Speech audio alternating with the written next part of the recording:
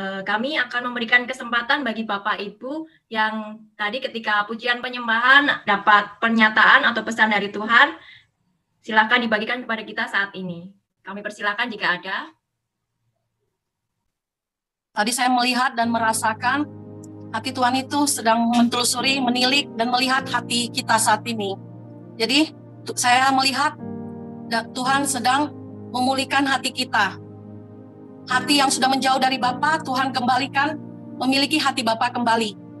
Terus saya melihat hati yang bengkok, diluruskan dengan Tuhan hatinya kembali. Itu saja. Sekarang mengenai hati semua yang sedang Tuhan perhatikan dan Tuhan mau memulihkan semuanya. Dan Tuhan, saya lihat juga Tuhan sedang menyembuhkan yang sakit, yang membutuhkan pertolongan. Itu saya melihat sekali. Saya merasakan sekali. Amen. Dari hati semuanya kembali. Maka terjadi mujizat itu. Saya merasakan sekali dan melihat kejamaan Tuhan. Itu saja yang mau saya saksikan. Terima kasih Tuhan berkati. Ini ya doa pelepasan itu kan, doa, maksudnya ada doa pemulihan. Kemudian kan saya ikut, terus udah gitu nggak tahu, mungkin itu rencana Tuhan juga ya. Mungkin setelah itu tuh beberapa hari kemudian saya tiba-tiba ketemu dengan Pastor Toms, dan tiba-tiba saya juga didoakan dan ada pelepasan, dan itu semua akar-akar kepahitan dan lain-lain sepertinya berlanjut gitu dari sejak doa pemulihan hari Minggu itu. Kemudian di hari Selasanya itu di hari Senin atau Selasanya gitu ya, saya seperti ada akar-akar kepahitan semuanya itu, yang akar-akarnya itu seperti dikeluarkan gitu semua. Nah, setelah itu seperti seperti kayak kosong, seperti kayak luka sehabis semua akar-akar itu dicabut gitu di hati itu. Amen. Nah, setelah itu besoknya seperti masih kayak kosong gitu. Tapi puji Tuhan waktu itu ada tugas dari sini juga untuk membacakan deklarasi. Nah, sepanjang itu tuh saya menangis terus waktu penyembahan pujian pas lagi Zoom di sini gitu. Dan seperti pada saat itu tuh seperti Tuhan sedang membebat luka gitu. Jadi sedang membebat luka itu.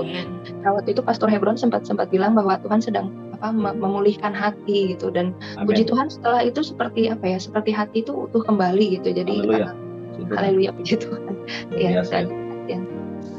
Shalom, selamat pagi semuanya. Shalom, selamat pagi.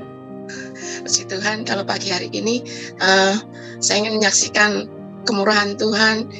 Saya bisa mengenal Menara Doa Segala Bangsa.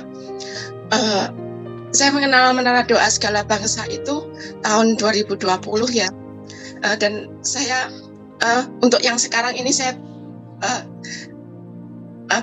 waktu pertama sekali saya masuk ke Menara Doa Segala Bangsa itu, waktu itu saya yang khotbah itu Ibu Hana Hansen waktu itu. Waktu saya masuk itu di Menara Doa Segala Bangsa itu masih sedikit sekali. Waktu saya masuk sampai selesai itu cuma hanya 17 orang yang ngikutin, dan sekarang tuh sekarang saya melihat udah banyak, luar biasa sekarang Menara Doa Segala Bangsa yang mengikuti Zoom juga. Amen. Saya berapa kali ikut, dan di Menara Doa Segala Bangsa yang paling saya ingat waktu saya mau belajar tentang sekolah doa. Waktu saya masuk pertama kali itu ya saya ngikutin, dan pertama kali saya masuk mau ngikutin itu bisa saya masuk, dan pertama kali saya juga terpental nggak bisa masuk. Itu yang saya membuat saya itu semangat ngikuti Menara Doa Segala Bangsa, bahwa saya masuk di Menara Doa Segala Bangsa itu bukan sebuah kebetulan Tuhan bawa saya ke tempat ini dan saya bisa mengajak. Dan saya waktu itu mengajak Ibu Francisca itu pertama kali, dia belum mau dan akhirnya dia mau. Itu kami ada di Menara Doa Segala Bangsa bersama-sama, itu juga bukan sebuah kebetulan, itu ada rencana Tuhan untuk kami berdua masuk ke Menara Doa sama-sama satu gereja. Dan kami ini, dan saya mau belajar di Menara Doa Segala Bangsa itu, ternyata Tuhan juga punya tujuan bahwa kita juga belajar untuk menjadi penjangkau dan penuai jiwa-jiwa nantinya di daerah kita kami. Dan saya berterima kasih sama Tuhan Yesus, dan berterima kasih kepada Pastor Hebron kalau telah menjadikan Pastor Hebron membimbing kami, menjadi Pastor Hebron mementorin kami selama kami berada di Menara Doa Segala Bangsa. Terus di mana Pastor Hebron juga melayani saya untuk doa pemulihan, dan di situ pun Tuhan memulihkan saya juga. Tuhan ada berkat-berkat Tuhan di saat saya dipulihkan. Satu, habis saya mengikuti pemulihan, Tuhan kasihkan saya karunia karunia berbahasa lidah yang lain. Terus saya juga bulan kemarin itu Tuhan kasihkan berkat untuk anak saya, yaitu selama setengah tahun tuh saya tidak mengeluarkan biaya untuk kos, dan itu saya tidak minta, saya cuma berdoa, Tuhan, anak saya besok bayar kosnya gimana ya, kayak gitu. Karena ya saya tahu proses saya itu belum selesai. Saya belum selesai, tapi saya tidak marah sama Tuhan, karena pasti ada maksud dan tujuan Tuhan saat proses saya itu belum selesai, seperti itu. Dan ya pasti secara manusia saya ingin proses saya itu cepat selesai, tapi waktu Tuhan bukan waktu saya, kayak gitu. Dan saya bersyukur kalau Tuhan memproses saya, pasti karena selama Tuhan memproses saya, ternyata Tuhan punya tujuan bahwa saya untuk terlibat masuk di dalam pekerjaan Tuhan, kayak gitu. Dan puji Tuhan, selama setengah tahun tanpa saya minta, tanpa saya cuma ngomong dan tidak mengeluh dengan siapapun dan tidak menceritakan masalah saya, tapi Tuhan ternyata waktu saya tanya anak saya, Fe, gimana, anak saya namanya Fe gitu, Fe, gimana kosnya masih dapat itu, terus ya mah dikasih kos selama setengah tahun, udah dikasih uangnya gitu. Saya puji Tuhan sekali, keuangan saya tuh sama Tuhan tuh ditolong seperti itu. Dan itu setiap pertolongan Tuhan, saya tidak melihat apa yang mujizat Tuhan kerjakan buat saya, tapi mujizat Tuhan, cara yang Tuhan itu yang saya ingat-ingat bahwa kalau misalkan Tuhan belum jawab doa saya, dulu Tuhan tolong, pasti sekarang pun Tuhan tolong saya, seperti itu. Amin. Saya tuh selalu, setiap apa yang Tuhan lakukan, saya selalu melihat cara Tuhan. Saya tidak melihat setiap Tuhan menolong saya itu, saya tidak melihat misalkan apa yang saya lihat dengan mata, tetapi saya selalu lihat dan saya selalu renungkan itu adalah pertolongan Tuhan yang tidak masuk akal tuh. Kadang saya itu benar-benar membuat saya itu tercengang-cengang, dan itu tuh nggak pernah saya akan lupakan semua pertolongan Tuhan di dalam saya. Dan itu yang berikutnya saya berterima kasih selama Menara Doa Segala Bangsa, saya menemukan wadah saya yang dulu saya di mana di Menara Doa Segala Bangsa, apa yang sudah Tuhan taruh, Tuhan titipkan, karunia-karunia yang Tuhan beri selama di Menara Doa Segala Bangsa itu, saya diasah seperti itu, dan saya mendapatkan mentor yang bisa saya bertanya itu tahu, jadi saya nggak keliru dengan orang tempat saya bertanya, jadi saya itu tidak dibilang halu atau apa seperti itu. Jadi saya ketemu Menara Doa Segala Bangsa ini, benar-benar saya di sini saya dimentori, ditambah-tambahkan Tuhan hal-hal yang tidak saya mengerti. Jadi ya itu intinya, saya di Menara Doa Segala Bangsa itu ada rencana Tuhan, ada maksud Tuhan, dan di mana saya belajar juga untuk pemetaan kemarin itu benar-benar saya, oh Tuhan seperti ini ya, oh yang Tuhan yang harus saya lakukan nanti untuk kota saya, untuk daerah saya.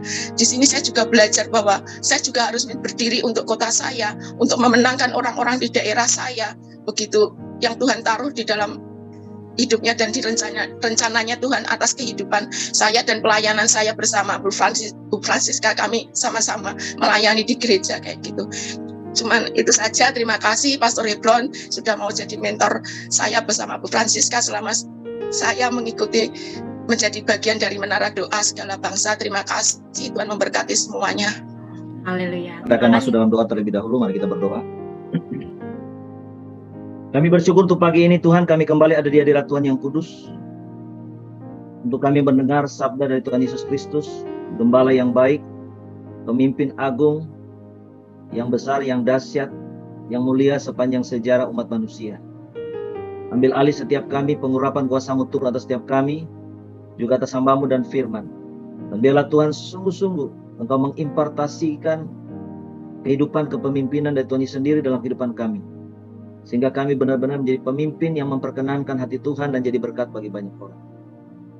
Tutup bungkus kami semua dengan darah Tuhan, baik kami ada di Zoom maupun YouTube, dan tutup bungkus darah atas hamba-Mu.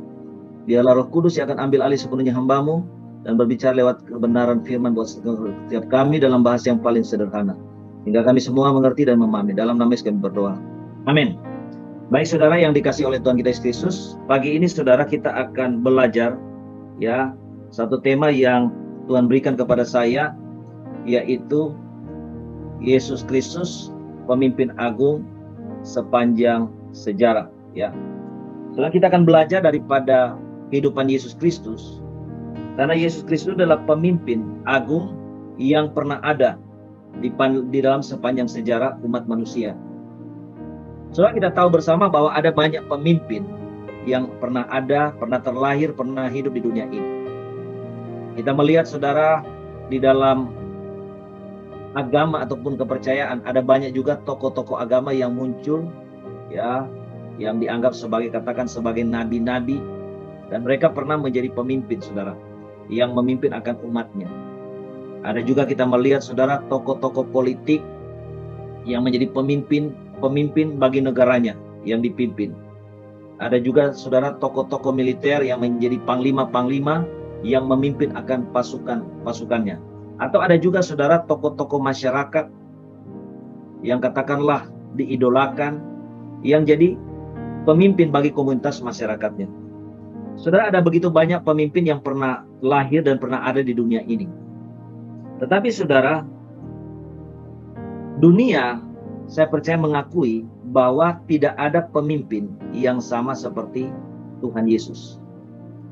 Saudara, sejarah mencatat bahwa sampai hari ini Yesus merupakan satu-satunya pemimpin yang terbesar di dalam sejarah manusia. Mengapa, saudara, dapat dikatakan terbesar dalam sejarah manusia?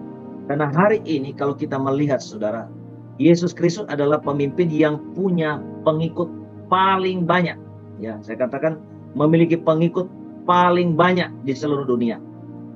Dan saya percaya, saudara, selebriti setenar apapun, tidak ada yang bisa menyaingi jumlah pengikut yang dimiliki oleh Yesus Kristus di seluruh dunia. Karena kita tahu, saudara, dari sekitar 7,8 miliar ya penduduk bumi ini, ada lebih dari separuh penduduk bumi ini adalah orang-orang yang percaya kepada Kristus. Walaupun mungkin ada yang Kristen sungguh-sungguh, ada banyak juga yang masih Kristen KTP. Tetapi yang jelas, saudara, Yesus adalah pemimpin yang terbesar sepanjang sejarah. Ya. Dan pengikutnya akan tetap ada, saudara, itu sampai kiamat nanti. Ya. Kalau pemimpin-pemimpin lain mungkin ya hanya masa dia hidup aja dia punya pengikut. Ya. Tapi pada waktu dia sudah mati, tidak ada lagi pengikutnya. Tetapi pengikut Yesus dia akan ada sepanjang sejarah daripada umat manusia. Ya. Kemudian kita melihat juga, saudara, Yesus adalah pemimpin yang paling berpengaruh di dunia. Kenapa, saudara? Ada banyak hal di dunia ini dipengaruhi oleh Yesus itu sendiri. Ya. Ada banyak hal di dunia ini. Salah satu aja yang saya bisa sebutkan, saudara, adalah apa? Kalender yang dipakai umat manusia di sedunia ini, mungkin sampai kiamat, itu kalender berdasarkan penanggalan kelahiran daripada siapa? Yesus Kristus. Yaitu kalender apa? Kalender Masehi. Ya. Sehingga, saudara, dari fakta-fakta yang ada, yang saya sebutkan tadi, tidak berlebihan kalau kita sama-sama mengatakan Yesus Kristus adalah pemimpin agung, dan dia akan tetap menjadi pemimpin yang terbesar sepanjang sejarah bumi diciptakan. Sepanjang sejarah adanya pemimpin-pemimpin besar yang hebat, yang luar biasa di dunia ini. Tidak ada yang bisa menyaingi Tuhan Yesus. Tidak ada yang bisa menandingi Yesus. Tidak ada yang bisa melebihi daripada Tuhan Yesus Kristus. Dan kita bersyukur bahwa pemimpin agung yang terbesar yang ada dalam sepanjang sejarah manusia, yaitu Tuhan Yesus Kristus, dia boleh menjadi pemimpin saudara dan saya. Yesus Kristus menjadi pemimpin agung bagi setiap kita. Yesus Kristus bahkan menjadi Tuhan dan Juru Selamat kita, karena memang dia adalah Tuhan. Saudara, karena itu, saudara, kita akan belajar, saudara, ya. Karena di menara doa segala bangsa ini akan melahirkan banyak pemimpin. Di menara doa segala bangsa ini, saudara, akan melahirkan banyak rasul, nabi, gembala, penginjil, pengajar. Amin. Dan saya mengatakan di dalam menara doa segala bangsa ini bukan hanya melahirkan pemimpin-pemimpin rohani, tetapi saya percaya akan melahirkan juga pemimpin-pemimpin dalam dunia sekuler. Baik pemimpin-pemimpin dalam perusahaan, ya, saudara akan punya perusahaan-perusahaan, saudara akan punya banyak pegawai. Dan kita juga akan melahirkan, saudara, pemimpin-pemimpin, saudara, dalam politik. Ya, kalau saudara tahu, di kita di mana doa segala bangsa itu ada anggota DPRD, ya. Saudara aja nggak tahu, ya. Dan dia seorang ibu, ya. Karena dia tidak tahu komentar, ya. Nah, itu adalah pemimpin dalam, katakanlah, dunia politik, ya. Dulu waktu pencalonan untuk pemilihan itu, mereka suami istri datang ke saya dan minta Pak Ebron tolong doakan istri saya mencalonkan diri jadi anggota DPRD, ya. Nah, saudara, saya percaya saudara ke depan itu akan banyak, ya. Dari kita ini akan lahir pemimpin-pemimpin yang nanti akan menjadi pejabat-pejabat di negara ini. Ya. Kenapa saya ngomong itu? Karena itu sudah garis nubuatan, sudah takdirnya lah kalau kita bicara. Dari pelayanan kita, itu akan lahir bukan hanya pemimpin-pemimpin rohani, tetapi pemimpin-pemimpin perusahaan, pemimpin-pemimpin di dalam dunia sekuler, bahkan pemimpin-pemimpin juga politik. Ya. Nah, saudara, kita akan belajar, saudara. Ya. Saya berharap dengan kita belajar ini benar-benar tertorek dalam hati dan kehidupan saudara. Sehingga saudara dan saya menjadi pemimpin seperti Kristus sendiri. Ya. Amin. Supaya apa, saudara? Melalui kepemimpinan kita dan gaya kepemimpinan kita, dimanapun Tuhan tempatkan kita, dimanapun nanti Tuhan memakai saudara dan saya, orang-orang bisa melihat kehidupan Yesus di dalam kehidupan saudara. Sehingga saudara sebagai pemimpin, tentu engkau akan memiliki satu pengaruh yang besar untuk membawa orang-orang datang kepada Kristus. Saudara misalnya aja saudara jadi seorang pengusaha dan saudara jadi pemimpin dalam perusahaan saudara.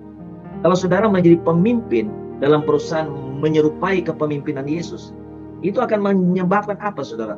Saudara punya staf, punya pegawai, punya buruh, itu mereka akan datang percaya kepada Yesus. Karena mereka melihat adanya satu kehidupan Yesus di dalam hidup saudara, sekalipun mungkin saudara sebagai bos, sebagai owner, sebagai pemimpin perusahaan itu. Nah, demikian juga kalau saudara-saudara menjadi pemimpin-pemimpin di toko-toko politik, ya, menjadi pejabat-pejabat, ya, dan saudara menjalankan kepemimpinan sebagaimana kepemimpinan yang Yesus sudah teladani, maka saudara pasti akan ada banyak orang yang dipengaruhi dan menjadi berkat, ya. Kalau kita lihat saudara dalam Alkitab itu terlalu banyak contoh-contoh yang kita bisa belajar, ya. Saudara bisa lihat aja Daniel. Itu nggak main-main loh, saudara. Itu di negara penyembahan berhala, ya. Daniel bisa saudara lihat bagaimana gaya kepemimpinannya. Itu membuat bahkan Raja Nebukadnezar aja tunduk, ya, takluk kepada yang namanya Daniel. Ya. Raja-raja negara superpower, kerajaan superpower waktu itu tunduk menghormati. Bahkan mereka sampai menghormati Allah yang disembah oleh Daniel. Nah, saudara, karena itu saudara, pagi ini kita akan belajar, saudara. Yang pertama, saudara, kita akan buka Lukas pasal 4 ayat 16 sampai 21, ya. Nah, ini saudara perlu jadi pelajaran buat kita semua, supaya saudara yang sekarang ini sudah jadi pemimpin, walaupun mungkin masih pemimpin kecil, belum memimpin banyak orang, ke depan saudara akan memimpin banyak orang. Karena kita bergerak ke depan ini bukan memimpin 100-200 orang, ya. Kita ke depan ini akan memimpin ribuan orang yang tidak terbatas jumlahnya. Nah, Amin. karena itu saudara, Tuhan mau, karena pagi ini pada waktu saya persiapan dari kemarin, ya, Tuhan sudah bicara, ya, untuk saya menyampaikan tema ini kepada saudara, ya, supaya kita semua meneladani gaya kepemimpinan dari Tuhan Yesus Kristus. Silakan buka Lukas 4 ayat 16 sampai 21, ya. Lukas 4 ayat 16 sampai 21. Silakan siapa mau baca? Ia datang ke Nazaret, tempat ia dibesarkan. Dan menurut kebiasaannya pada hari Sabat, ia masuk ke rumah ibadat, lalu berdiri, hendak membaca dari Alkitab. Kepadanya diberikan kitab Nabi Yesaya, dan setelah dibukanya, ia menemukan nas, di mana ada tertulis, Roh Tuhan ada padaku, oleh sebab itu ia telah mengurapi aku, untuk menyampaikan kabar baik kepada orang-orang miskin, dan ia telah mengutus aku, untuk memberitakan pembebasan kepada orang-orang tawanan, dan penglihatan bagi orang-orang buta, untuk membebaskan orang-orang yang tertindas, untuk memberitakan tahun rahmat Tuhan telah datang. Kemudian ia menutup kitab itu, memberitakannya kembali kepada pejabat, lalu duduk, dan mata semua orang dalam rumah ibadat itu tertuju kepadanya. Lalu ia memulai mengajar mereka katanya, pada hari ini genaplah nas ini sewaktu kamu mendengarkannya. Demikianlah firman Tuhan. Ya, terima kasih. Saudara, kalau kita lihat kepemimpinan Yesus dari pembacaan yang kita sudah baca ini, kepemimpinan Yesus itu orientasinya, tujuannya, targetnya adalah apa? Untuk menjadi berkat bagi banyak orang. Ada banyak orang mau menjadi pemimpin, tapi hanya orientasinya kepada pangkat, kepada kedudukan, kepada kekuasaan. Nah, ini saudara pemimpin yang salah. Dan ada banyak pemimpin-pemimpin politik yang seperti ini. Ada banyak orang-orang yang duduk di dalam perusahaan menjadi pemimpin-pemimpin yang model seperti ini, saudara. Saudara, kepemimpinan Yesus, kepemimpinan kita sebagai umat Tuhan, itu bukan seperti itu. Bukan kedudukan, pangkat, kekuasaan, apalagi memperkaya diri yang jadi orientasi tujuan kita, tidak. Kalau Tuhan pilih saudara dan saya menjadi seorang pemimpin adalah apa? Untuk saudara dan saya itu jadi berkat bagi banyak orang. Amin. Kepemimpinan Tuhan itu adalah kepemimpinan untuk jadi berkat bagi banyak orang, saudara. Makanya dikatakan dia datang untuk membawa apa? Kabar baik bagi orang miskin. Supaya orang miskin diberkati. Dan itu jadi pemimpin tidak boleh pelit, saudara. Ya, Amin. Pemimpin yang pelit itu bukan pemimpin yang baik. Ya, pemimpin yang baik itu membawa kabar baik kepada orang miskin. Karena itu saudara perhatikan aja, saudara, di perusahaan-perusahaan kalau ada bos ya, sangat perhatikan kepada anak buahnya. Pegawainya kalau bos mau gimana? Wah, bos saya baik, perhatian, kita sakit didatangi, ditanya gimana keadaannya, ada uang nggak, beli obat. Nah itu saudara. Ya, itu sangat tertore loh saudara di hati-hati pegawai. Amin. Ya, kalau bosnya itu seperti itu, ya. Istrimu melahirkan gimana? Ada uang nggak? Kalau nggak ada nanti ini, ya nanti perusahaan bantu dan sebagainya. Nah itu sangat membekas, saudara. Ya, tetapi saudara, di samping itu, kalau bosnya pelit, apalagi tambah udah pelit jahat, saudara, itu jadi bahan omongan dari pegawainya. Gimana bos? Bos saya payah, orangnya jahat, kerjanya marah-marah, pelit lagi. Nah, kita gaji udah kerja bertahun-tahun memberi hidup, gajinya nggak naik-naik. Padahal perusahaan terus berkembang, terus maju. Nah saudara, ini namanya pemimpin yang tidak bisa jadi berkat, saudara. Ya, ini pemimpin yang tidak bisa jadi berkat. Saudara, saya hari-hari ini saudara dengar berita orang meninggal, ya, orang-orang kaya meninggal, saudara. Entah ada famili apa semua. Saya kasihan ya, hidup manusia ternyata begitu singkat. Ya, apa yang dia sudah capai semua mesti ditinggalin. Ada yang meninggal langsung panggil ini, kasih ini ke siapa, kasih ini ke siapa dan sebagainya. Ya, nah itulah saudara ya, kepemimpinan kita, bahkan berkat yang kita miliki, saudara, untuk memberkati orang lain, bukan hanya semata-mata untuk memperkaya diri. Itulah kepemimpinan yang baik. Apa yang kita dapat, kekayaan, keuangan, bahkan yang limpah, ingat baik-baik, kita tidak mau mati, saudara. Ya, yang kita mau mati itu segala perbuatan-perbuatan baik yang kita lakukan untuk Tuhan, kepada orang-orang miskin, kepada hamba-hamba Tuhan, kepada orang yang membutuhkan di saat kita masih hidup. Nah ini saudara pemimpinan Yesus ya. Jadi kepemimpinan Yesus adalah kepemimpinan untuk menjadi berkat bagi banyak orang. Karena itu saudara, kalau sudah jadi pemimpin, saudara harus jadi berkat banyak orang. Kedua, Lukas 6 ayat 12 sampai 16 saudara ya. Lukas 6 ayat 12 sampai 16 itu berbicara tentang bagaimana Yesus memilih 12 orang murid untuk menyertai dia di dalam pelayanan. Nah ini saudara, kepemimpinan Yesus yang kedua adalah kepemimpinan bersama secara apa? Kolektif. Saudara, kita lihat sekarang ya, ini sudah secara umum saudara. Ya. Kepemimpinan dalam gereja itu kepemimpinan tunggal, one man show saudara. Dan maaf kalau saya mau katakan, ada banyak pendeta, ada banyak gembala, ada banyak pemimpin yang hanya memanfaatkan umat Tuhan atau orang-orang yang dipimpinnya untuk ketenarannya, untuk membuat dia jadi kaya, bahkan tambah kaya, tambah terkenal. Nah, saudara, itu yang terjadi. Kepemimpinan Yesus itu adalah kepemimpinan yang sifatnya kolektif. Ya. Dan kita melihat saudara dalam kepemimpinan Yesus, kenapa kolektif? Karena Yesus itu mau memberdayakan orang. Saudara, Yesus mau memberdayakan 12 murid yang dimuridkannya, bahkan ada 70 murid dan 500 murid. Mereka semua itu diberdayakan supaya mereka juga boleh dipakai oleh Tuhan dengan cara yang dahsyat dan apa? Dan luar biasa. Nah, ini sebenarnya kepemimpinan Yesus, saudara. Tapi kalau kita melihat di dalam kenyataan, dalam kekristenan, dalam pergerejaan, terlalu banyak saudara pemimpin-pemimpin yang hanya ya one man show, saudara. Kepemimpinan Tuhan. Mereka hanya banyak yang maaf cuma memperalat, saudara, bagi keuntungannya sendiri, dan ini tidak baik, saudara. Ini bukan gaya kepemimpinan Yesus. Gaya kepemimpinan Yesus adalah kepemimpinan bersama, tidak one man show. Dan gaya kepemimpinan Yesus itu benar-benar mau memberdayakan supaya semua murid-murid yang dipilihnya baik 12 murid, baik 70 murid, bahkan 500 murid, supaya mereka diberkati Tuhan, bahkan dipakai Tuhan dengan luar biasa. Dan itu yang terjadi. Karena itu saudara-saudara bisa evaluasi lah. Gereja A, yang dipakai di gereja itu siapa? Yang terkenal di gereja itu A. Siapa, saudara? Kalau cuma gembalanya, berarti ada something wrong di dalam gereja ini. Ya, something wrong. Sehingga kita sering dengar gereja A, gerejanya B, gerejanya C, gerejanya D. Berarti apa? Gembalanya one man show aja gitu.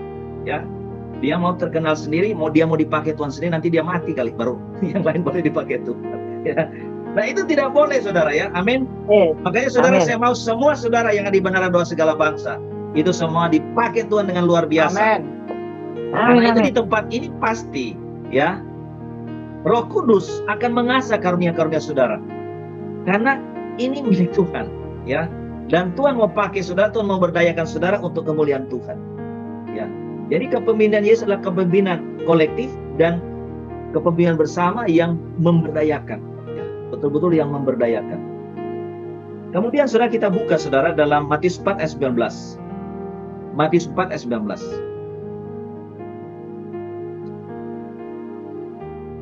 Silakan siapa mau baca.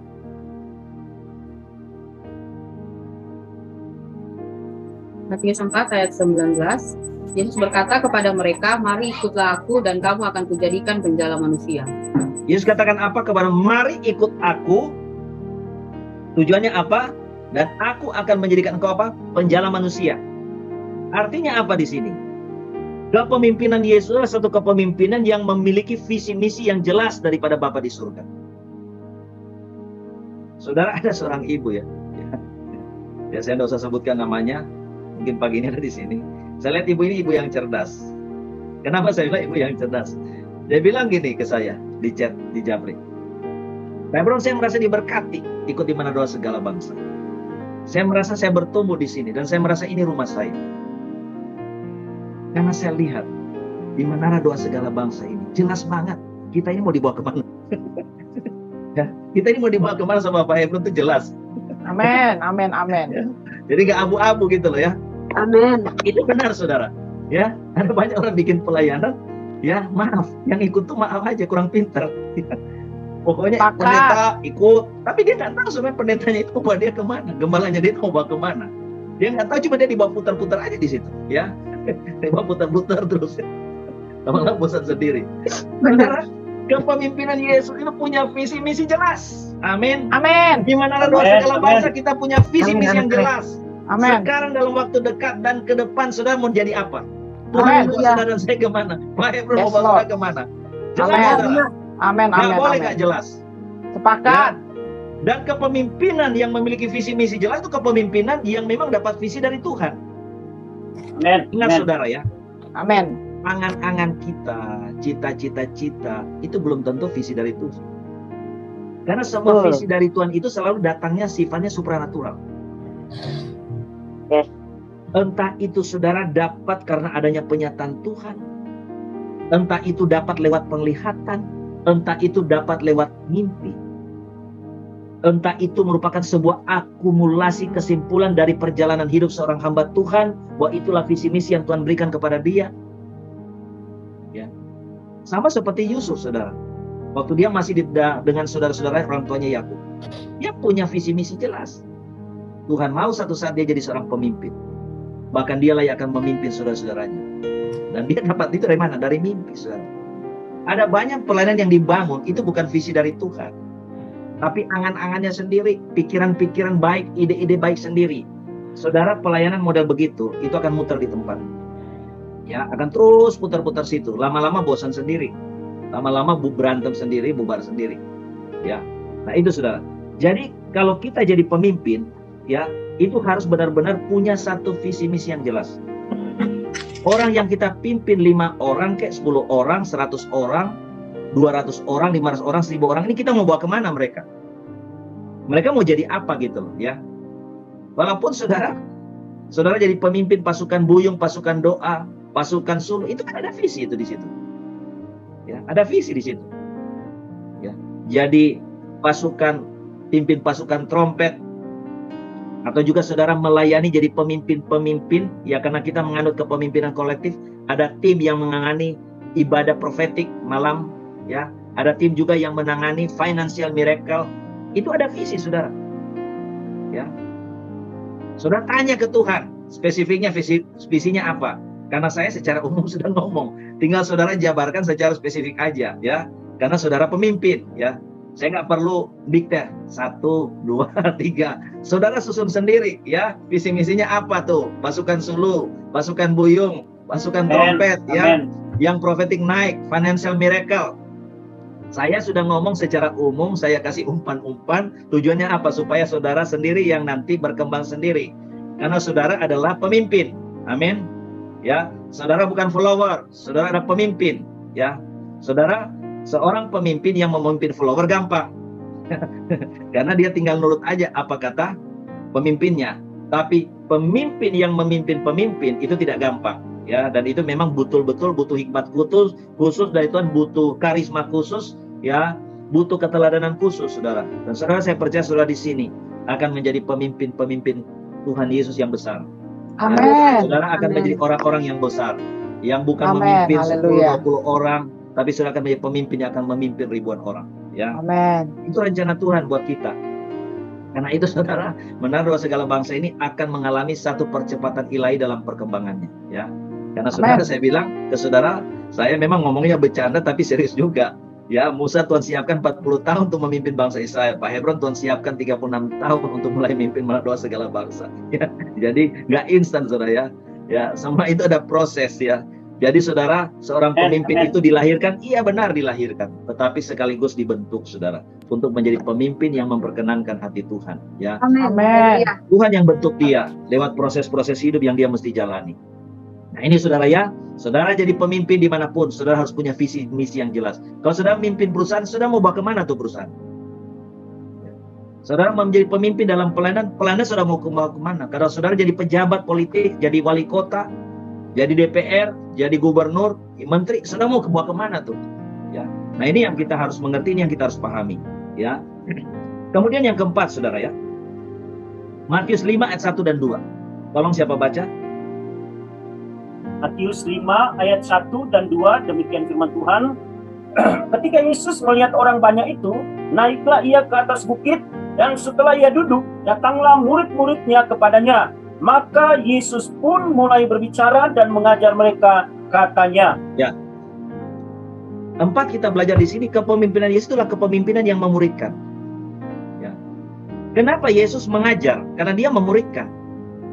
Supaya followernya ini, pengikut-pengikutnya ini, bukan cuma sekedar jadi pengikut, mereka jadi murid, ya, dan mereka satu saat bisa menjadi seperti gurunya, menjadi seorang pemimpin juga.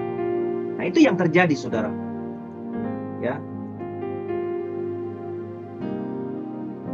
Nah, saudara, ini yang kita harus mengerti, ini yang kita harus pahami saudara, ya. Ya. Bahwa seorang pemimpin itu adalah seorang yang betul-betul saudara itu harus memuridkan, harus mengajar, ya. Sehingga saudara apa? Sehingga saudara mereka tahu, ya, apa yang menjadi kehendak Tuhan dan rencana Tuhan dalam kehidupan mereka. Dengan mereka diajar, dengan mereka dimuridkan, ya. Dan mereka tahu mereka harus menjadi seperti apa yang Tuhan mau, ya. Jadi saudara, itu yang kita harus mengerti. Karena itu saudara, orang-orang yang bergabung di mana doa segala bangsa, karena dimuridkan, diajarkan oleh saya juga sebagai pemimpin, juga pemimpin-pemimpin yang lain, maka saudara cepat apa lambat pasti saudara akan tahu apa panggilan Tuhan atas hidup saudara. Dan saudara harus jadi seperti apa dalam pertumbuhan rohaninya, ya, sesuai dengan apa yang jadi kehendak daripada Tuhan sendiri. Nah ini yang kita betul-betul harus mengerti saudara, ya. Jadi kepemimpinan Yesus adalah kepemimpinan yang memuridkan. Jadi saudara, sebagai seorang pemimpin kita harus memuridkan, kita harus mengajar saudara, ya, murid-murid supaya mereka bertumbuh dalam Tuhan, ya, mereka menjadi seperti yang Tuhan mau dan mereka mengerti apa yang jadi rencana Tuhan dalam hidup mereka, bahkan visi misi Tuhan, ya, dalam kehidupan mereka. Ini yang kita harus mengerti, ya. Kita melihat saudara kepemimpinan Yesus yang Yesus kerjakan kepada 12 murid khususnya saudara. mereka pada akhirnya mengerti apa panggilan Tuhan dalam hidup mereka dan apa yang mereka harus kerjakan. Sehingga mereka yang awalnya tidak tahu apa-apa, tidak ngerti apa-apa, bahkan kalau sudah lihat waktu mereka Yesus sudah mati, ditangkap, itu mereka kembali ke profesi awal mereka sebagai nelayan. Ya. Mereka kembali ke situ. Tetapi saudara, pada akhirnya, saudara, sesudah Yesus bangkit, menyatakan diri dan sebagainya, apalagi puncaknya pada waktu hari Pentakosta dan Roh Kudus turun, mereka langsung ngerti panggilan Tuhan atas hidup mereka itu apa. Gitu. Apa yang Tuhan kehendaki buat mereka. Nah ini saudara, tujuan daripada seorang pemimpin yang memuridkan itu seperti itu. Ya. Kenapa kita harus memuridkan? Kenapa kita harus mengajar? Supaya orang-orang yang jadi pengikut, yang kita muridkan, yang jadi murid-murid kita, ya, murid-murid Tuhan yang Tuhan percayakan kepada kita, mereka mengerti panggilan hidup mereka dan apa yang Tuhan kehendaki buat hidup mereka. Kemudian saudara, yang kelima, kepemimpinan Yesus adalah kepemimpinan yang apa? Memberikan keteladanan. Kita buka saudara, Matius 4 ayat 23. Kepemimpinan Yesus adalah kepemimpinan yang memberikan keteladanan. Ya, kalau pertama kepemimpinan Yesus adalah kepemimpinan untuk menjadi berkat bagi banyak orang. Lukas 4 ayat 16 sampai 21. Kedua, kepemimpinan Yesus adalah kepemimpinan kolektif untuk pemberdayaan, ya. Lukas 6 ayat 12 sampai 16. Ketiga, kepemimpinan Yesus adalah kepemimpinan yang memiliki visi misi yang jelas daripada Bapa, yaitu Matius 4 ayat 19. Nah, kemudian yang keempat, kepemimpinan Yesus adalah kepemimpinan yang memuridkan, Matius 5 ayat 1-2. Dan yang kelima sekarang kita belajar, kepemimpinan Yesus adalah kepemimpinan yang memberikan keteladanan. Nah, teladan apa yang Yesus berikan sebagai seorang pemimpin? Nah, saya cuma mengambil beberapa poin yang menjadi teladan penting ya, yang diberikan buat kita. Matius 4 ayat 23. Silakan siapa mau baca. Yesus pun berkeliling di seluruh Galilea. Ia mengajar dalam rumah-rumah ibadah dan memberitakan Injil Kerajaan Allah, serta melenyapkan segala penyakit dan kelemahan di antara bangsa itu. Ya. Teladan yang Yesus berikan sebagai seorang pemimpin, di situ kita bisa baca. Dikatakan Yesus berkeliling. Berarti Yesus itu memberikan teladan dalam hal apa? Sebagai pemimpin yang rajin. Tiap hari Yesus bangun pagi-pagi, sesudah dia berdoa, mulai itu dia pelayanan. Dari satu kota ke kota lain, dari satu desa ke desa lain, dari satu tempat ke tempat. Tiap hari Yesus memberikan teladan sebagai seorang pemimpin yang apa? Yang rajin. Ya. Kenapa saudara? Ada banyak gembala, pendeta yang malas. Tidak mau perhatikan tentang keadaan domba-dombanya, jemaatnya. Ya. Nah itu salah saudara. Salah ya. Ada hal-hal yang memang kita mesti delegasikan. Ada hal-hal yang melekat kepada gembala yang tidak boleh didelegasikan. Ya benar. Harus dikerjakan sendiri. Ada gembala yang malas saudara ya. Dia malas, dia nggak mau besuk. Ya, dia bentuk tim yang besuk. Ya, padahal sebenarnya bukan masalah. Bukan berarti tidak boleh bentuk tim, boleh aja. Tapi tidak menghilangkan tugas seorang gembala yang melekat kepada dia adalah untuk memperhatikan domba-domba. Besuk, perhatikan mereka. Ya. Nah, saudara, ini yang kita harus mengerti, saudara. Ada hal-hal yang kita bisa delegasikan. Kalau hari ini kita lihat, ya, Kristi jadi host, ya. Yang lain jadi operator. Nah, itu hal-hal yang saya sebagai seorang hamba Tuhan bisa delegasikan. Ya. Makanya saya bilang mulai Juni ini, semua yang bukan tugas kewajiban pokok saya yang melekat di saya akan delegasikan. Nah ini yang kita pelan-pelan mulai kerjakan. Tapi tidak boleh seperti delegasikan. Ya, itu namanya malas namanya ya. Tidak boleh saudara ya. Kalau memperhatikan domba-domba ada masalah, itu harus. Ya kita harus perhatikan. Ya kita harus perhatikan. Ya. Karena itu saudara, kalau ada orang WA ke saya, itu saya mesti cepat balas. Selama saya masih bisa punya waktu balas, saya masih balas. Ya memang kadang-kadang dia bilang, Pak Bro ngomongnya kok pendek-pendek sih. Lah saya nggak bisa ngomong panjang-panjang, nanti waktunya nggak cukup, mesti balas semua. Ya karena setiap ibadah gini begitu turun sudah tuh WA terus. Nanti selesai lagi sudah turun tuh daftar WA yang saya mesti jawab gitu ya. Nah jadi saya saudara maklumi kalau nggak bisa ngomong panjang. Yang penting saudara mengerti, saudara punya pertanyaan apa saya jawab. Ya kan itu aja gitu loh. Nah saudara, ini yang kita harus mengerti ya. Teladan rajin. Jadi gembala, jadi pemimpin mesti rajin. Walaupun saudara bukan jadi gembala dalam pengertian pemimpin di dalam gereja atau pelayanan, tapi di perusahaan pun ya kita mesti rajin lah. Kalau jadi pemimpin gitu.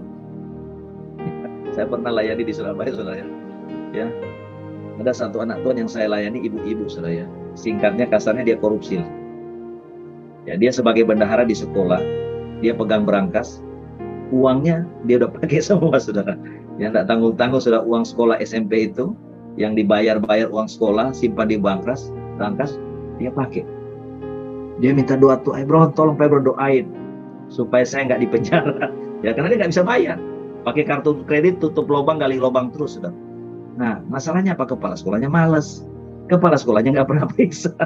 Nggak pernah periksa, saudara. Saya bilang ke ibu ini, maaf ya, tolong Pak Bro doain supaya saya nggak dipermalukan. Kalau malu harus. Siapa suruh kamu berbuat? Ya, kamu harus malu, dipermalukan? Iya harus. Itu kamu harus terima dong resiko. Enak aja. Kamu sudah korupsi uangnya sekolah, terus nggak mau dipenjara, terus nggak mau malu. Ya nggak bisa, saya bilang. Ya, kalau kamu nggak dipenjara, saya berani jamin. Saya layani, doain kamu nggak akan dipenjara. Tapi saya bilang, kalau kamu nanti dipermalukan, ya, itu wajar. Kamu harus terima itu sebagai akibat. Makanya jangan berani korupsi kalau nggak mau dipermalukan. Ya memang singkatnya hanya ketahuan. Ya, tapi dia tidak dipenjarakan. Malah saya doain dia ditarik sama yayasan, jadi bendahara yayasan. Yayasan ini membawa sekolah kan. Sebelumnya jadi bendahara sekolah, saya doain naik pangkat jadi bendahara yayasan. Jadi bendahara yayasan cuma nggak boleh pegang duit. Ya, itu cara Tuhan luar biasa. Ya. Nah, itu kenapa kepala sekolahnya malas, nggak mau periksa. Nah, saudara jadi pemimpin jangan malas, harus rajin ya, harus rajin. Jadi ada hal-hal yang memang melekat kita wajib kerjakan, kita tidak boleh delegasikan, kerjakan semua itu dengan rajin. Kemudian saudara, teladan apa yang kita bisa belajar dari Matius 4 ayat 23 yang kita baca tadi? Teladan dalam hal penting utama yang harus kita kerjakan. Nah inilah saudara. Tuhan Yesus memberikan teladan hal penting apa utama yang kita mesti kerjakan. Karena sekarang ada banyak gereja-gereja, ada banyak pelayanan justru mengerjakan hal yang nggak penting. Hal yang utama, yang penting ya diteladani Tuhan Yesus yang untuk kita kerjakan, kita nggak kerjakan. Ya. Nah, contoh saudara kita lihat di situ, di dalam Matius 4 ayat 23 dikatakan Yesus apa? Mengajar. Kemudian apa? Dua dikatakan memberitakan Injil Kerajaan Allah. Ya, kalau mengajar mungkin di gereja-gereja ada. Kedua, memberitakan Injil Kerajaan Allah. Nah ini yang kurang saudara ya. Sehingga yang terjadi dengan gereja adalah apa? Perpindahan umat Tuhan dari satu gereja ke gereja yang lain. Ya. Nah ini saudara, yang Yesus kerjakan dikatakan dia keliling memberitakan Kerajaan Allah. Nah ini bicara pelayanan misi saudara. Ya, gereja harus ambil bagian menadoa segala bangsa. Kita ini menadoa. Ya memang kita misinya kuat, tapi kita ini sebenarnya penekanannya kan bukan di misi kan, ya, karena kita ini menara doa. Tapi saudara, kalau namanya pelayanan ataupun gereja, itu harus mengutamakan saudara misi. Walaupun kita menara doa, kita sendiri memperhatikan misi. Ya. Ketiga, saudara, melenyapkan segala penyakit. Nah inilah saudara ya, makanya kita di menara doa segala bangsa, ada orang sakit, kita mesti usir sakitnya, ya, bukan lagi doain orang sembuh. Tuhan katakan sembuhkan yang sakit. Ya. Jadi kita bukan lagi doakan segera doa, tapi perintah orang-orang sakit sembuh supaya penyakitnya pergi. Dikatakan melenyapkan segala penyakit dan melenyapkan segala kelemahan. Nah, ada orang punya kelemahan apa? Kelemahan tubuh, ya, mungkin kena sakit autoimun, ya. Nah, ini dikatakan harus dilenyapkan. Tuhan sudah kasih kita otoritas. Ya, kelemahan macam-macam sudah ada orang kelemahan duit, nggak jujur dengan keuangan. Ada orang kelemahannya suka bohong masih, ya. Ada orang yang mungkin kelemahannya, ya, mata keranjang, suka main perempuan, ya macam-macam lah orang punya kelemahan. Dan saudara di atas salib ingat ya, Yesus sudah tanggung bukan cuma penyakit aja loh, tapi yang namanya kelemahan. Jadi kita tidak boleh toleransi dengan yang namanya kelemahan. Semua kelemahan apapun harus lenyap. Amin. Harus lenyap saudara ya. Nah, amin. Kelemahannya juga ada misalnya suka begadang, ya, tidur kemalaman. Nah, itu juga mesti dilenyapkan saudara ya. Jadi macam-macam kelemahan itu tugas kita lenyapkan. Karena itulah teladan utama yang Yesus kerjakan. Dia mengajar, dia memberitakan Injil Kerajaan Allah, dia melenyapkan segala penyakit, dan dia melenyapkan segala kelemahan. Itu teladan yang kedua yang Yesus kerjakan, yaitu dia memberikan teladan hal penting apa yang kita mesti kerjakan. Ya. Kemudian saudara, Matius 9 ayat 35 dan 36. Silakan siapa mau baca. Matius 9 ayat 35 dan 36. Demikianlah Yesus berkeliling ke semua kota dan desa. Ia mengajar dalam rumah-rumah ibadat dan memberitakan Injil Kerajaan Sorga, serta melenyapkan segala penyakit dan kelemahan. Melihat orang banyak itu, melihat orang banyak itu, tergeraklah hati Yesus oleh belas kasihan kepada mereka, karena mereka telah terlantar seperti domba yang tidak bergembala. Maka katanya kepada murid-muridnya, tuaian memang banyak, tetapi pekerja sedikit. Karena itu mintalah kepada Tuhan yang mempunyai tuaian, supaya ia mengirim pekerja-pekerja untuk tuaian itu. Ya, jadi saudara, teladan dalam apa saudara? Dalam kasih yang melimpah. Yesus lihat orang banyak itu yang berbondong ikut dia kata hatinya itu tergerak oleh belas kasihan. Karena mereka itu seperti domba-domba yang tidak memiliki gembala. Dan saya harus katakan, sebenarnya gereja sekarang ini sedang mengalami krisis gembala yang baik. Itu yang kenyataan sekarang. Kalau bicara gembala, banyak saudara. Gereja-gereja itu pangkatnya kan pendetanya gembala semua. Tapi gembala yang baik itu krisis sebenarnya. Ini saya harus akui saudara. Gereja sebenarnya sekarang ini sedang mengalami krisis yang namanya krisis gembala yang baik. Kenapa? Karena krisis kasih saudara. Ya, kita melihat saudara ada banyak gembala-gembala yang kasihnya kurang. Ya, kasihnya kurang, terus aja kurang gitu loh. Ya, kita bisa lihat dari mana saudara? Kita bisa lihat karena ada begitu banyak orang Kristen hanya pindah dari satu gereja ke gereja lain. Dari satu pelayanan ke pelayanan lain. Kenapa? Pasti tidak dapat perhatian. Pasti kurang mendapatkan kasih, itu pasti. Saya yakin saudara yang ada di sini, kalau pendeta-pendeta sebelumnya sangat perhatikan saudara, saudara tidak mungkin sampai ke sini lah. Tidak mungkin. Betul kan? Betul, pasti nggak sampai ke sini. Sepakat. Dan saudara kalau sudah ke sini, saudara nyantol. Karena di sini ada kasih berlimpah. Amin. Ya. Karena itu sebenarnya yang harus dimiliki seorang pemimpin, saudara. Apalagi seorang hamba Tuhan full timer dan mengaku sebagai seorang gembala. Yesus itu kasih teladan, kasihnya itu limpah loh. Kalau saudara baca kehidupan Yesus, kadang Tuhan Yesus mau makan aja tidak bisa saudara. Ya. Sehingga harus sembunyi-sembunyi karena orang cari terus. Dan Yesus kalau sudah lihat mereka, kasihan gitu loh. Dia nggak tahan, nggak menjawab apa yang jadi keperluan mereka. Ya, sehingga dia harus terus layani mereka, sehingga mau makan aja susah waktunya, mau tidur aja susah. Ya, karena itu tadi murid-muridnya suka apa ngumpet juga gitu loh. Karena kalau ketahuan orang banyak, cari lagi gitu ya. Nah itu. Nah itulah teladan Yesus buat kita sebagai semua orang pemimpin, kita harus punya kasih yang limpah. Kemudian saudara, teladan seorang pemimpin yang baik, yang keempat apa yang Yesus berikan buat kita, Matius 4 ayat 1 dan 3 sampai 3. Matius 4 ayat 1 sampai 3.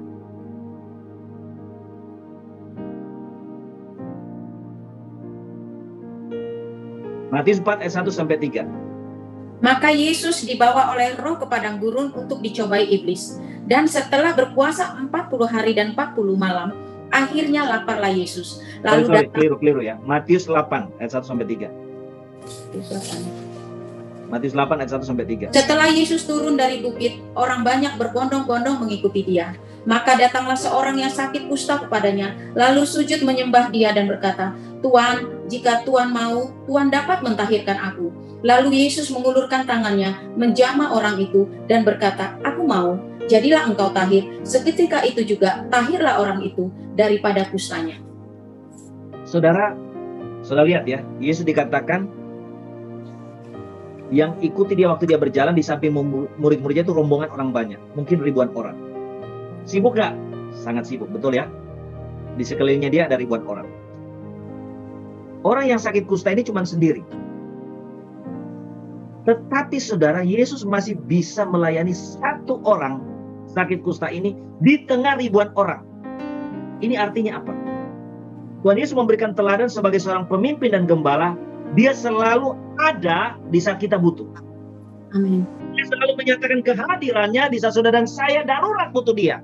Amin. Itulah pemimpin yang baik. Itulah gembala yang baik.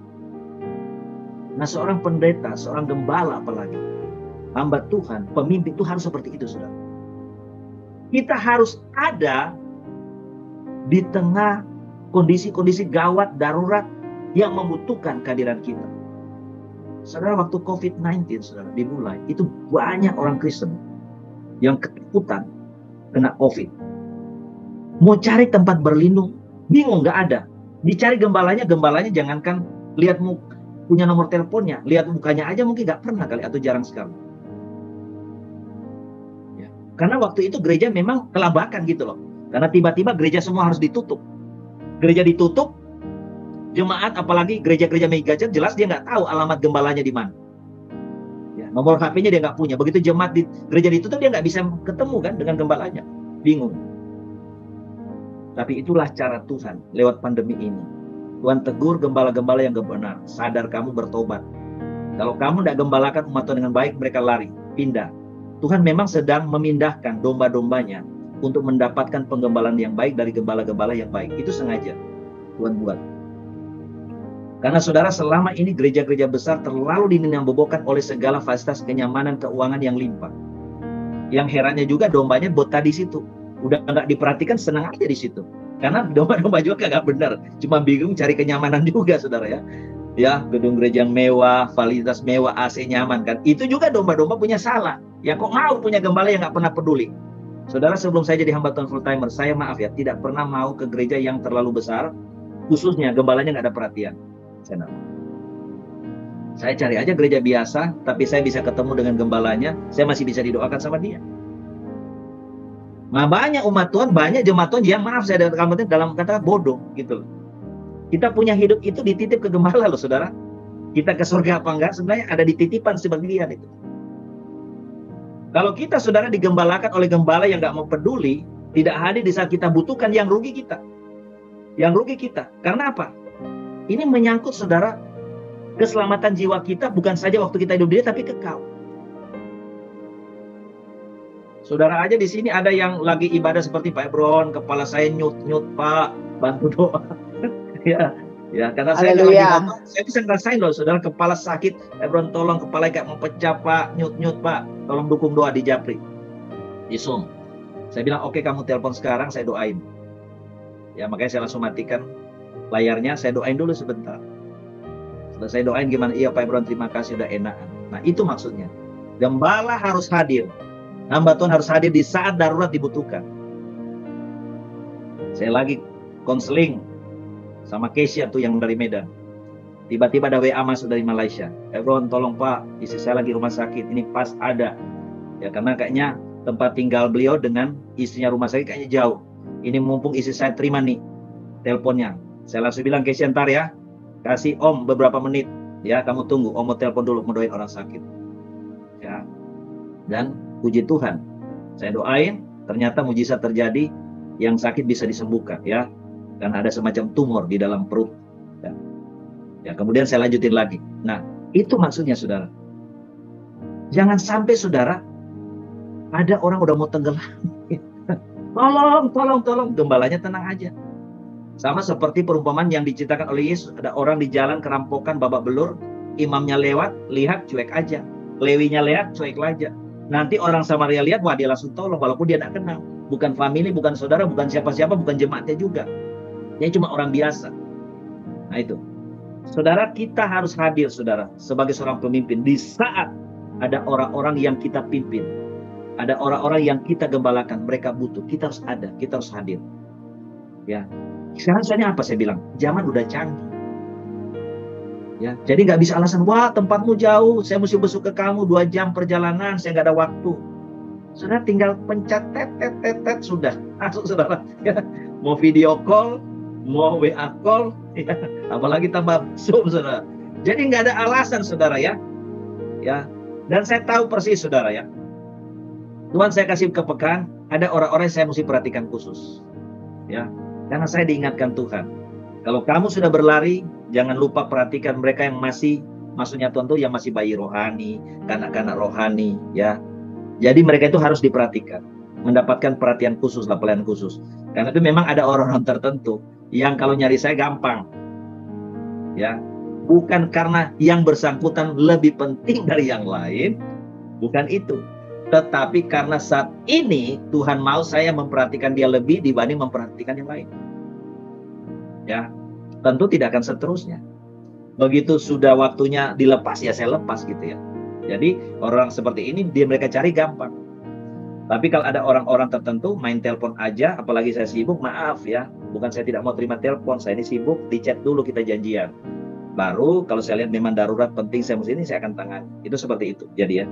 Nah, karena memang seorang pemimpin dia harus hadir di saat orang yang dia layani, jemaat yang dia gembalakan itu membutuhkan kehadirannya. Membutuhkan pertolongannya. Kemudian saudara, dalam Yohanes 13, 4 dan 5, teladan apa yang Yesus teladani kepada kita sebagai pemimpin-pemimpin?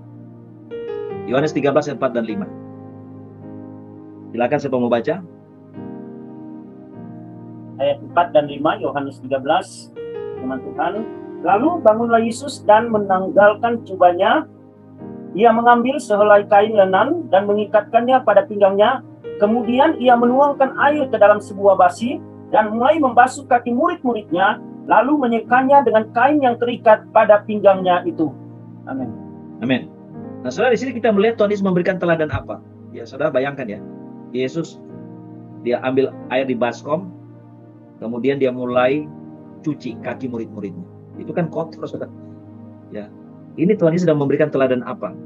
Teladan kerendahan hati dan hati yang betul-betul mau melayani, tanpa ada rasa jijik, saudara ya. Yes, amin.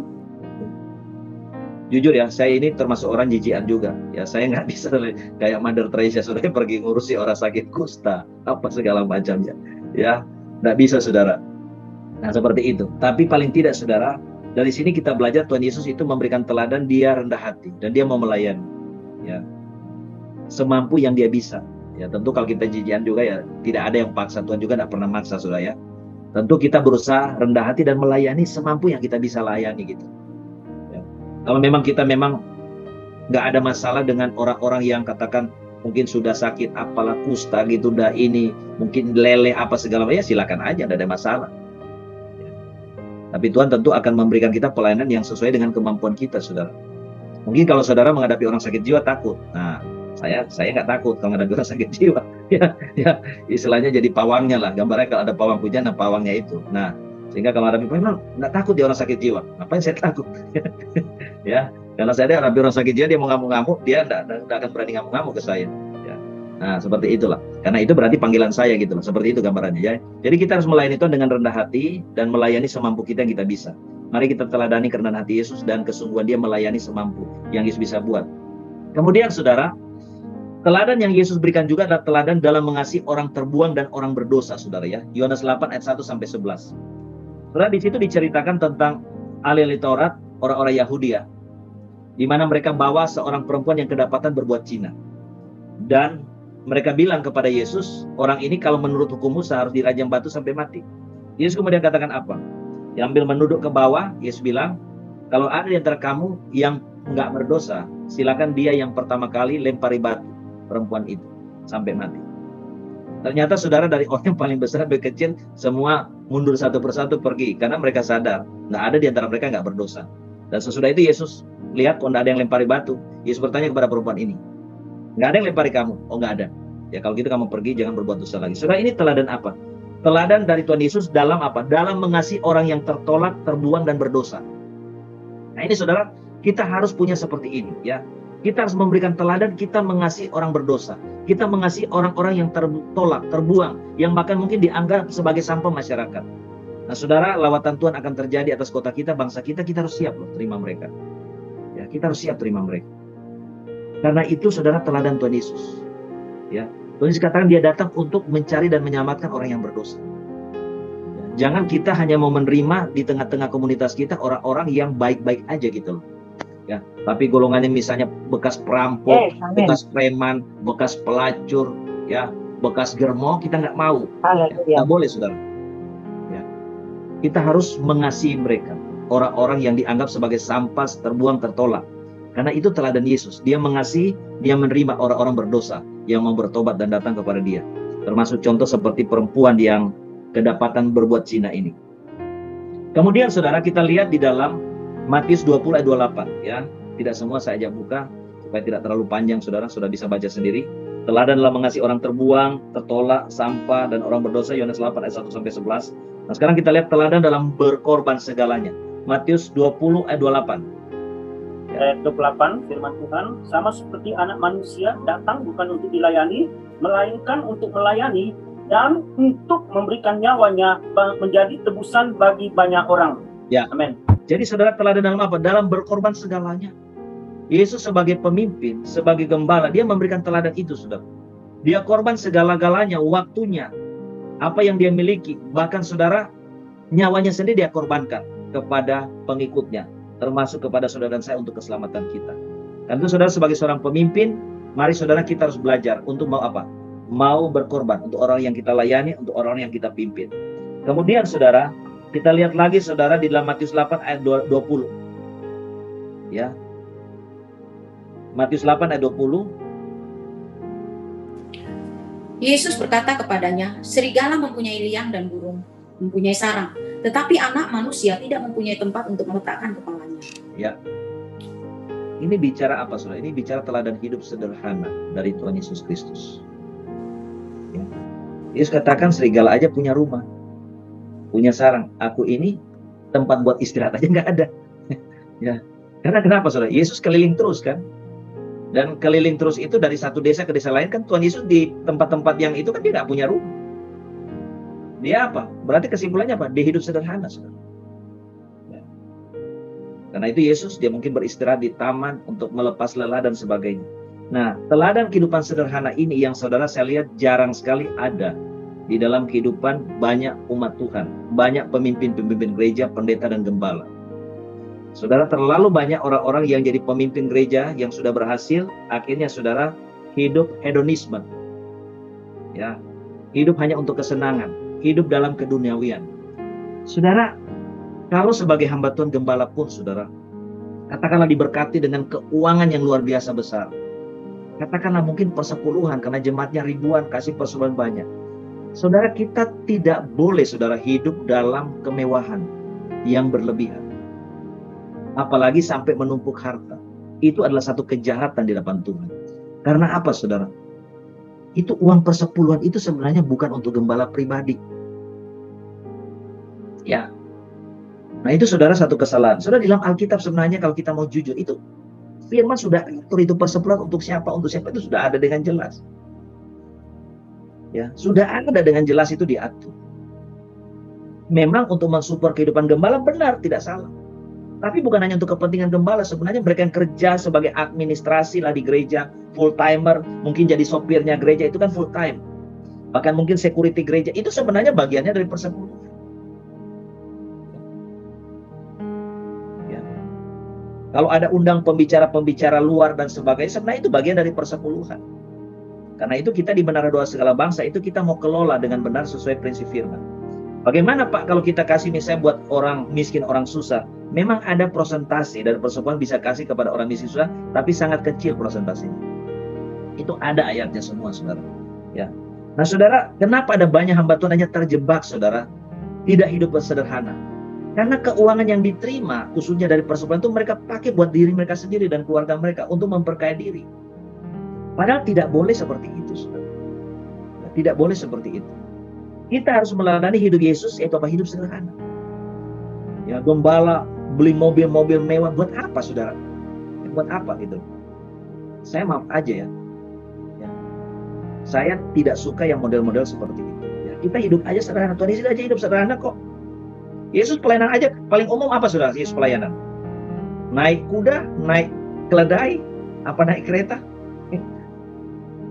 Apakah Yesus nggak bisa, saudara, dia pelayanan, dia naik kereta? Bisa loh. Itu katakanlah mungkin zaman sekarang mungkin Rolls Royce, Mercy bisa aja. Atau mungkin angkutan umum, katakan naik kuda atau naik keledai, saudara. Yesus kasih teladan apa? Tiap hari jalan kaki. Ya. Naik keledai aja dicatat di Alkitab cuma 1 kali waktu mau masuk Yerusalem. Selebihnya apa? Kerjanya pelayanan jalan kaki. Ini bicara apa? Ini bicara hidup sederhana. Yesus mau naik kereta waktu itu bisa aja. Ya, dia Tuhan, dia punya segala-galanya, bisa aja. Ya, katakanlah Raja Herodes atau siapalah. Kemudian bertobat, percaya dia, kemudian kasih dia fasilitas atau orang kaya pada jam, bisa aja, saudara. Tapi tidak lakukan itu, kenapa? Dia sedang memberikan satu teladan buat kita sebagai seorang pemimpin, apalagi pendeta gembala, kita harus apa? Hidup sederhana. Saya, saudara, dari dulu mengagumi hamba-hamba Tuhan yang mereka mengabdikan hidup untuk Injil, untuk pelayanan, dan mereka hidupnya sederhana. Tidak ada punya rumah gedongan yang besar, yang mewah-mewah. Rumahnya biasa aja. Ya, biasa aja. Tapi mereka dipakai Tuhan luar biasa. Ya. Nah, saudara, itu yang kita mesti contoh. Ya, teladan hidup Yesus sederhana. Kemudian, saudara, yang keenam yang kita akan belajar dari Yesus adalah kepemimpinan Yesus adalah kepemimpinan yang mengembalakan dengan baik. Yohanes 10 ayat 14 sampai 16. Coba tolong baca. Yohanes 10 ayat 14 sampai 16.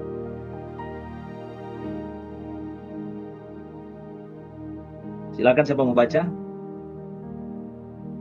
Yohanes 10 ayat 14 sampai 16. 14. Akulah gembala yang baik, dan aku mengenal domba-dombaku, dan domba-dombaku mengenal aku. Sama seperti Bapa mengenal aku, dan aku mengenal Bapa, dan aku memberikan nyawaku bagi domba-dombaku. Ada lagi padaku domba-domba lain yang bukan daripada kandang ini. Domba-domba itu harus kutuntun juga, dan mereka akan mendengarkan suaraku, dan mereka akan menjadi satu kawanan dengan satu gembala. Bapa mengasihi aku, oleh karena aku memberikan nyawaku untuk menerimanya kembali. Ya. So di situ Yesus memberikan teladan apa? Kepemimpinan itu adalah kepemimpinan yang mengembalakan dengan baik. Maka Yesus berani klaim, aku gembala yang baik. Dan ternyata ciri gembala yang baik itu domba kenal dia loh. Nah, domba kenal gembalanya. Ya. Kalau kenal gembalanya bukan hanya sekedar kenal nama, berarti pernah ada interaksi, ada hubungan. Gembalanya pernah layani dia, pernah doain dia, sehingga dombanya kenal gembala. Tetapi dikatakan ternyata gembala juga mesti kenal domba. Nah, kalau gembalanya kenal domba berarti apa? Gembalanya apa? Doakan. Kalau kagak didoakan, tak kenal. Karena saudara didoain, oh ini doain ya si A, si B, si C, oh tahu ya, ya itu ya. Makanya saya bilang saudara, kenapa di Mana Doa Segala Bangsa saya bilang Kristi, data-datanya dicatat nanti kirim ke saya, tujuannya supaya saya kenal saudara, saya doain saudara, itu ya. Dan nanti yang lain juga akan doakan. Ini karena gembala yang baik, dombanya kenal, gembalanya kenal, gitu. Gembalanya kenal kenapa? Karena ada daftar list doanya, suka didoain, ya. Nah itu saudara, ini teladan luar biasa dari Tuhan Yesus ya. Karena itu saudara, semua yang jadi pemimpin di sini saudara harus tahu siapa yang sudah pimpin ya. Mereka kenal saudara, saudara kenal mereka, karena saudara paling tidak saudara mendoakan mereka ya. Nah ini luar biasa teladan Yesus dalam kepemimpinan, dia mengembalakan dengan baik. Kemudian saudara kita lihat dalam Yohanes 18 ayat 3-8. Kepemimpinan Yesus adalah kepemimpinan seperti apa? So, Yohanes 18 ayat 3-8. Yohanes 18, ya Yohanes 18 ayat 3-8. Ya. Maka datanglah Yudas juga ke situ dengan pasukan. Benar Pak? Ya betul ya. Ya. Sepasukan prajurit dan penjaga-penjaga bait Allah yang disuruh oleh imam-imam kepala dan orang-orang Farisi lengkap dengan lentera, suluh dan senjata. Maka Yesus yang tahu semua yang akan menimpa dirinya maju ke depan dan berkata kepada mereka, "Siapakah yang kamu cari?" Jawab mereka, "Yesus dari Nazaret." Katanya kepada mereka, "Akulah dia." Yudas yang mengkhianati dia berdiri juga di situ bersama-sama mereka. Ketika ia berkata kepada mereka, "Akulah dia," mundurlah mereka dan jatuh ke tanah. Maka ia bertanya pula, "Siapakah yang kamu cari?" Kata mereka, "Yesus dari Nazaret." Jawab Yesus, "Telah kukatakan kepadamu, akulah dia. Jika aku yang kamu cari, biarkanlah mereka ini pergi." Amin. Ya, Yesus berkata apa?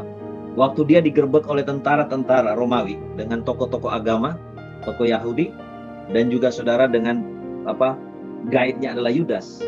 Ya, apa yang terjadi? Yesus bilang, kalau kamu tujuannya datang nangkap aku, biarkan mereka ini. Siapa maksud murid-muridnya pergi.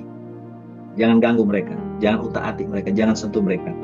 Nah, di sini kita belajar apa? Kepemimpinan Yesus adalah kepemimpinan yang memberikan apa? Memberikan perlindungan kepada orang yang dipimpinnya.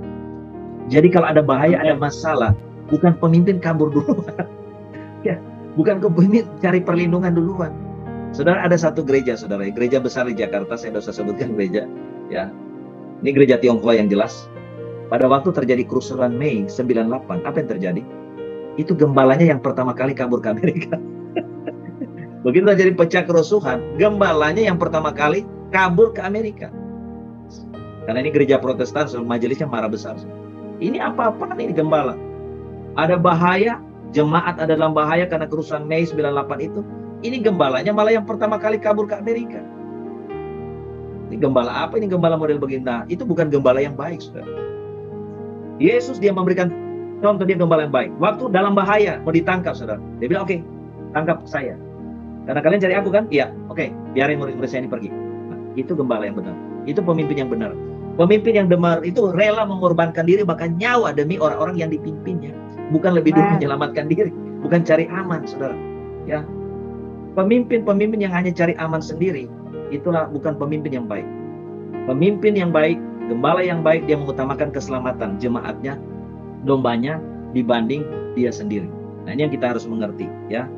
Jadi kepemimpinan Yesus adalah kepemimpinan yang sifatnya apa? Melindungi, ya. Kalau dombanya dalam bahaya, jemaatnya dalam bahaya, pengikutnya dalam bahaya, dia akan lindungi, ya, supaya mereka terlepas, terluput daripada bahaya. Kemudian selanjutnya, saudara, Lukas 19 ayat yang ke-10. Ya, 8 kepemimpinan Yesus seperti apa, Saudara? Lukas 19 ayat yang ke-10.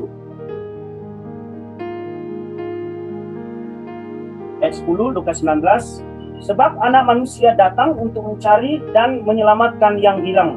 Nah, kepemimpinan Yesus yang utama dalam pelayanannya adalah mencari dan menyelamatkan yang apa? Yang terhilang. Jadi itulah, Saudara. Karena itu, Saudara, kita di mana doa segala bangsa, Saudara, kita fokuskan memang cari yang terhilang. Entah mereka itu jiwa-jiwa baru yang belum kenal Tuhan, juga mereka mungkin yang sudah mundur dari Tuhan. Karena itu, Saudara, rencana kalau kehendak Tuhan berjalan sesuai dengan kehendak Tuhan, itu mungkin sekitar tanggal 1 sampai 10 Juli kita akan mengadakan yang namanya acara Festival Kuasa Tuhan Yesus. Di mana, Saudara, dalam acara Festival Kuasa Tuhan Yesus yang kita adakan lewat Zoom seperti ini, juga seperti acara Pentakosta, Saudara silakan ajak orang-orang yang sudah mundur dari Tuhan. Ya, siapapun dia, temanmu, saudaramu, doakan mulai sekarang. Ajak jiwa-jiwa baru untuk mereka bergabung dengan kita melalui Zoom. Supaya mereka yang sudah mundur dari Tuhan bisa terlihat, bisa selamatkan. Karena ini kepemimpinan Yesus.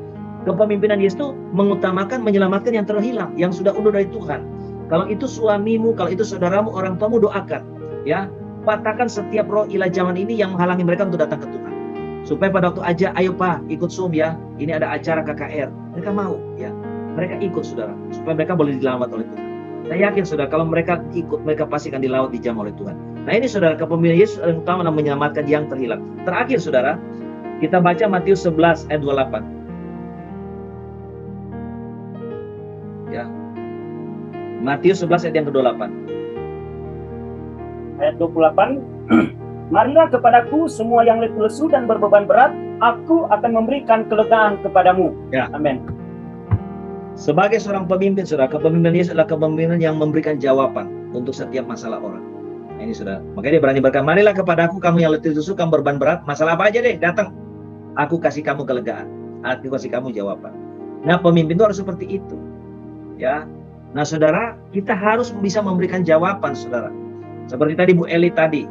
Ya, dia punya penglihatan bla bla, pergi tanya gembala atau pendeta lain, bilang kamu ini banyak halusinasi. Banyak berhayal. Nah, Saudara, ini namanya gembala, pendeta yang nggak bisa jawaban, malah bikin masalah, orang jadi sakit hati, malah kepahitan. Orang dapat penglihatan kok bilang halusinasi, ya apa sih? Nah, Saudara, pemimpin tuh harus dikasih jawaban. Ya, pemimpin harus kasih jawaban. Saya banyak mendapatkan pertanyaan dari saudara-saudara. Pak Ebron ini gimana? Pak Ebron ini gimana? Ini begini, ini begini. Ya apa? Saya harus bisa jawab.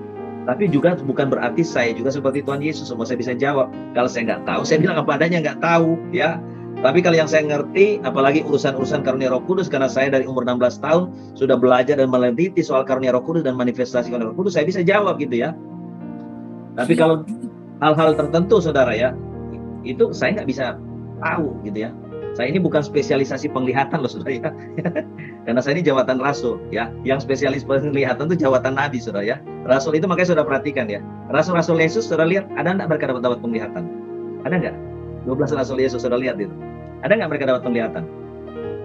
Nggak ada. Karena mereka bukan spesialis itu kalau rasul.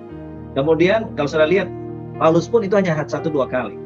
Ya, saya ini bukan spesialis penglihatan, saudara ya. Walaupun kadang-kadang bisa lihat. Karena spesialis penglihatan itu jawabannya siapa? Nabi. Jadi kalau saudara mau suruh saya lihat-lihat tertentu, belum tentu saya tahu. Nah, kalau Pak Nathanael tuh, ya itu loh. Dia punya spesialis bisa lihat tuh ya. Ya, karena mantan paranormal ya. Jadi saudara harus tahu ya. Tapi inilah panggilan Tuhan buat kita ya, bagi umat Tuhan yang kita layani, seorang pemimpin, kalau ada mereka punya masalah, punya pertanyaan, kita harus bisa jawaban. Ya itulah sebabnya kalau masih belum bisa jawab, ya makanya belajar supaya pengetahuan kita bertambah, wawasan kita luas, sehingga kalau ada masalah-masalah yang dihadapi kita bisa kasih jawaban. Nah, seperti saya katakan ya, orang yang datang minta saya konseling itu semua orang yang jalan buntu. Ya, jalan buntu. Lah, saya harus kasih jawaban. Tentu bukan saya yang jawab, Tuhan yang jawab. Cuma saya kan harus bisa layani mereka. Bagaimana supaya Tuhan bisa intervensi, kasih jawaban buat mereka. Nah, itu maksudnya, saudara ya. Jadi kita sebagai pelayan Tuhan, sebagai pemimpin-pemimpin, mari kita berikan jawaban untuk setiap mereka yang membutuhkan jawaban dari Tuhan untuk setiap masalah mereka. Jadi saudara, inilah saudara bagian firman yang kita boleh belajar daripada Tuhan Yesus sebagai pemimpin agung sepanjang sejarah. Yang pertama, saudara, Yesus adalah kepemimpinan, Yesus adalah kepemimpinan jadi berkat bagi banyak orang. Lukas 4 ayat 16 sampai 21. Kepemimpinan Yesus adalah kepemimpinan bersama kolektif untuk memberdayakan banyak orang. Lukas 6 ayat 12 sampai 16. Kemudian ketiga, kepemimpinan Yesus itu memiliki visi misi yang jelas dari Bapa. Matius 4 ayat 19. Kemudian yang keempat, kepemimpinan Yesus adalah kepemimpinan yang memuridkan. Matius 5 ayat 1 sampai 2. Kemudian yang kelima, kepemimpinan Yesus adalah kepemimpinan yang memberikan keteladanan. Nah, dalam kepemimpinan Yesus memberikan keteladan apa saja? Yang pertama kita lihat teladan sebagai pemimpin yang rajin, Matius 4 ayat 23. Kedua, teladan dalam hal penting utama apa yang harus dikerjakan, Matius 4 ayat 23 ya, di mana itu mengajar, memberitakan Injil Kerajaan Allah, menyiapkan segala penyakit, kemudian menyiapkan segala kelemahan. Kemudian teladan dalam apa lagi? Yang ketiga, teladan dalam kasih yang berlimpah, Matius 9 ayat 35 dan 36. Kemudian yang keempat, teladan dalam kehadiran saat dibutuhkan, ya Matius 8 ayat 1 sampai 3. Kemudian juga yang kelima, teladan dalam kerendahan hati dan melayani semampunya, ya. Yohanes 13 ayat 4 dan 5. Kemudian yang keenam, teladan dalam mengasihi orang yang tertolak, terbuang, ya, yang menjadi sampah, bahkan juga yang berdosa. Yohanes 8 ayat 1 sampai 11. Kemudian Saudara, yang ketujuh, teladan dalam berkorban segalanya. Matius 20 ayat yang ke-8, 28. Kemudian Saudara, teladan apa lagi, ya? Teladan yang ke-8 adalah teladan hidup sederhana. Matius 8 ayat 20. Kemudian selanjutnya kepemimpinan Yesus yang keenam adalah kepemimpinan Yesus adalah kepemimpinan yang menggembalakan dengan baik.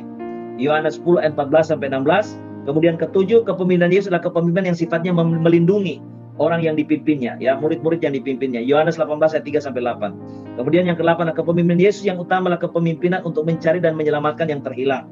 Lukas 19 ayat 10. Dan yang terakhir, yang ke-9 adalah kepemimpinan Yesus adalah kepemimpinan yang memberikan jawaban atas masalah yang dihadapi oleh orang-orang yang dia layani, ya. So inilah Saudara beberapa hal, Saudara, poin 8 poin yang kita belajar, yang penting setidaknya yang kita harus teladani dari Tuhan Yesus Kristus sebagai seorang pemimpin, ya, supaya walaupun kita mungkin tidak menjadi pemimpin seperti Yesus 100%, tapi paling tidak kita menyerupai Yesus di dalam gaya kepemimpinan kita. Sehingga apa, Saudara? Orang bisa melihat Tuhan Yesus hidup dalam kita. Orang bisa melihat Tuhan Yesus berjalan melalui kehidupan kita. Dan orang boleh merasakan dan menikmati kehadiran Tuhan melalui hidup kita. Dan mereka boleh merasakan dilawat, diberkati Tuhan. Amin.